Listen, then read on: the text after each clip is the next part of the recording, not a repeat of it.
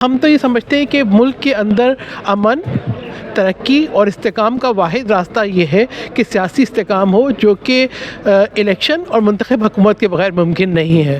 تو یہ جو اس دن جو ہوا، میں سمجھتی ہوں کہ وہ قرارداد نہیں تھی، وہ واردات تھی۔ میں تو عمران خان کو ہر چیز کے لیے معاف کر سکتی ہوں، لیکن جو نفرت، جو پولرائزیشن معاشرے میں پیدا کی ہے، جو عوام کو گمراہ کیا ہے، اس کے لیے معاف نہیں کر سکتی۔ ہمارے ساتھ پاکستان پیپلز پارٹی کی سینیٹر سحر کامران صاحبہ موجود ہیں۔ میم بہت شکریہ آپ کے وقت کا۔ یہ بتائیں کہ سینٹ میں ایک قرارداد آتی ہے الیکشن کو ڈیلے کرنے کے حوالے سے، ملتوی کرنے کے حوالے سے، اور وہاں پر ایک آواز ڈاکٹر عفنان اللہ کی آتی ہے جو PMLN کے سینیٹر ہیں، بہرحال تنگی جن کا تعلق پیپلز پارٹی سے ہے، لیکن وہ اس طرح سے اس کو ریزسٹ نہیں کرتے۔ تو کیا پیپلز پارٹی کے اندر بھی کہیں پہ یہ سوچ ہے کہ الیکشن ڈیلے ہو سکتا ہے؟ دیکھیں، پیپلز پارٹی کے اندر ایبسلیوٹ کلیئرٹی ہے کہ انتخابات وقت پہ ہونے چاہیے، اور آپ یہ دیکھیں کہ پیپلز پارٹی نے جمہوریت کے تسلسل کے لیے، جمہوریت کے استحکام کے لیے گراں قدر قربانیاں دی ہیں۔ ہم تو یہ سمجھتے ہیں کہ ملک کے اندر امن، ترقی اور استحکام کا واحد راستہ یہ ہے کہ سیاسی استحکام ہو، جو کہ الیکشن اور منتخب حکومت کے بغیر ممکن نہیں ہے۔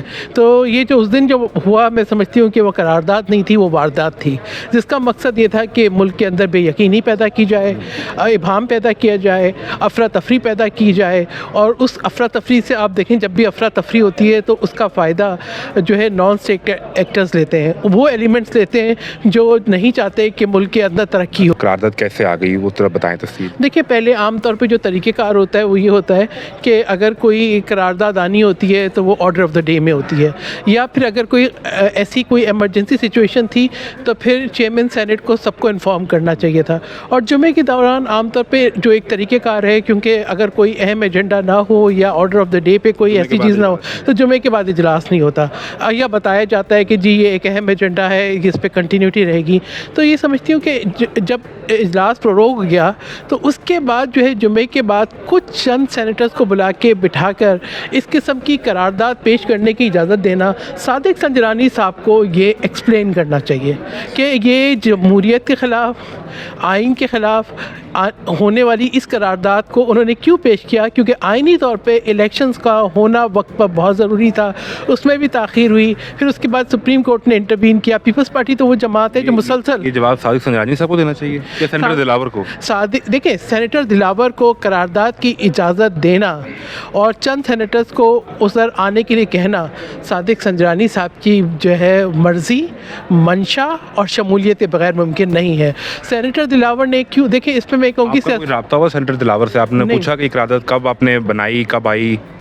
نہیں، میرا ان سے کوئی رابطہ نہیں ہے، مجھے اپنی پارٹی کا ایبسلیوٹ کلیئرٹی کا پتہ ہے، اور جو بہرامند تنگی ہے انہوں نے ایکسپلین کیا کہ انہوں نے کہا کہ جب یہ قرارداد پیش ہوئی تو میں نو کہنے والوں میں شامل تھا۔ خاموش رہے۔ دیکھیں، بات یہ کہ بولنے کی اجازت، جب تک آپ کا چیئرمین سینٹ آپ کا مائک نہ کھولے اور بولنے کی اجازت نہ دے، انہوں نے ایک سینیٹر کو بولنے کی اجازت دی اور اس کے بعد قرارداد کے ووٹنگ پہ ڈال وہ تو عفنان اللہ نے تو بغیر مائک کے اوپنلی کہہ دیا نو، میں اس کو سپورٹ نہیں کر رہا۔ نہیں، بہرامند تنگی خاموش رہے، اور پھر مشرقی روایت کے مطابق خاموشی کو بھی ہاتھ تصور کر لیا گیا۔ نہیں، وہ خاموش نہیں رہے، وہ بھی، اور ایک جو ہے جو PTI کے سینیٹر ہیں، دیکھیں معزز سینیٹر ہیں، مجھے ان کی بات پہ یقین کرنا چاہیے، انہوں نے نو کہا۔ دوسرا، سینٹ کی پوری کارروائی ریکارڈ ہوتی ہے، ٹھیک ہے، اگر انہوں نے نو کہا ہے تو وہ ریکارڈڈ ہے۔ پھر بھی پیپلز پارٹی نے اس چیز پہ کہ انہوں نے کورم کی نشاندہی نہیں کی، تینوں میں سے کسی سینیٹر نے، تو پیپلز پارٹی نے ان کو ایک ایکسپلینیشن دیا، ٹھیک ہے، جس کا ان کو جواب دینا ہے۔ الیکشن کی تاخیر سے کن کو فائدہ ہوگا؟ پیپلز پارٹی آج جو کس کو فائدہ ہوگا؟ نان اسٹیٹ ایکٹرز کو، ان ایلیمنٹس کو جو ملک کے اندر افراتفری چاہتے ہیں، وہ ایلیمنٹس جو چاہتے ہیں کہ ملک آگے ترقی نہ کرے، وہ ایلیمنٹ جو کہ اب آپ ہی دیکھیں، یہ نگران حکومت تو نہیں چاہتی، دیکھیں پیچھے PM آفس ہے۔ دیکھیں، بات یہ ہے، آپ یہ دیکھیں کہ گزشتہ کئی مہینوں سے دہشت گردی کی کارروائیوں میں اضافہ ہو رہا ہے۔ لاسٹ چیز مجھے بتا دیں کہ کل پیپلز پارٹی نے کچھ اپنے ٹکٹس دیے ہیں، خاص طور پہ سندھ کے جو قومی اسمبلی کے اور صوبائی اسمبلی کے حلقے ہیں، اس پہ جو ایک سب سے بڑا الزام اور جو تنقید ہے وہ یہ ہے کہ ایک گھر سے 5 بھائی ہیں اور 5 صوبائی اسمبلی کے امیدوار ہیں پیپلز پارٹی سے، فیملیز میں، کزن میں، اور وہ یہی چل رہا ہے، جو زیادہ تعداد میں کارکن نہیں آ سکے۔ دیکھیں، بات یہ ہے کہ پیپلز پارٹی نے کارکنوں کو بھی دیا ہے، اور دیکھیں یہ ہوتا ہے ہر حلقے کا کہ ہر حلقے، اب یہ ضروری نہیں ہے کہ اگر میں سیاست کر رہی ہوں تو اگر میرا بھائی یا بہن بھی یا میرا کوئی رشتہ دار بھی سیاست میں، اول تو نہیں ہے، میرا ایک ہی بھائی تھا، he was shot dead killed in Karachi, اور میں خود بھی 18 اکتوبر کے اس میں بم دھماکے میں زخمی ہوئی تھی، نہ ہی میرے گھر کا خاندان کا کوئی اور فرد سیاست میں، لیکن اگر ہے تو آپ اس کی کیسے نفی کر سکتے ہیں؟ اگر وہ اپنا جو ہے وہ ووٹرز کو اٹریکٹ کرتا ہے، اگر وہ مسلسل انتخابی عمل میں مصروف رہتا ہے.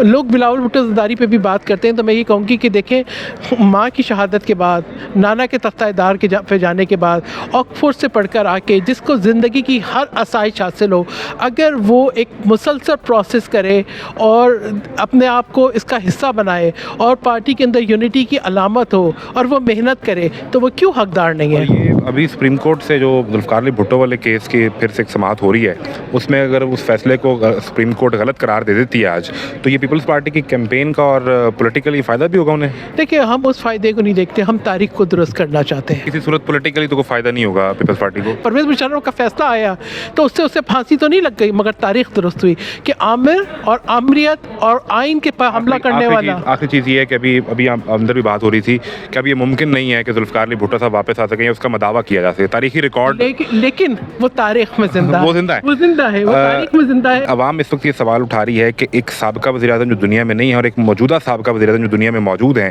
ان کے حوالے سے اگر آج تاریخ کے ریکارڈ کوئی بہتر سیٹ کر لیا جائے، جس طریقے سے ہم الیکشن دیکھ رہے ہیں یا پی ٹی کے ساتھ ہوتا جو دیکھ رہے ہیں، تو ہمیں تو یہ امید تھی کہ سب سے پہلے اس پر بلاول بھٹو بولیں گے اور پیپلز پارٹی کی آواز آئے گی. دیکھیں، پیپلز پارٹی نے جو ہے تحریک انصاف کے ساتھ انگیج رکھا اس وقت تک، چاہے وہ الیکشن کی تاریخ کا تعین تھا. اب تو یہ خود ان کے اندر سے آ گیا نا کہ جولائی میں ہم ایک آ گئی تھی، انڈرسٹینڈنگ ہو گئی تھی. 9 مئی کا واقعہ وہ افسوسناک واقعہ ہے جس نے پاکستان کی تاریخ کا جو ہے رخ بدلا. آج آپ یہ اجازت دیں گے کہ آپ جا کے ملک کے اثاثوں پہ، شہداء کی یادگاروں پہ، ان پہ حملے کریں، آپ ملک کی جو ہے سالمیت پہ حملے کریں، تو پھر میں کہوں گی کہ پھر آپ نے نیشنل ایکشن پلان کن کے خلاف بنایا تھا؟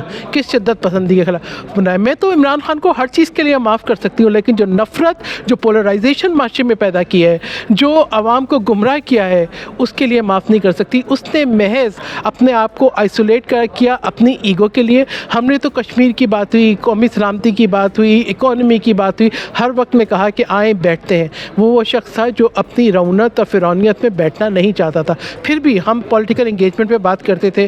کس نے پارلیمان کا رستہ چھوڑا؟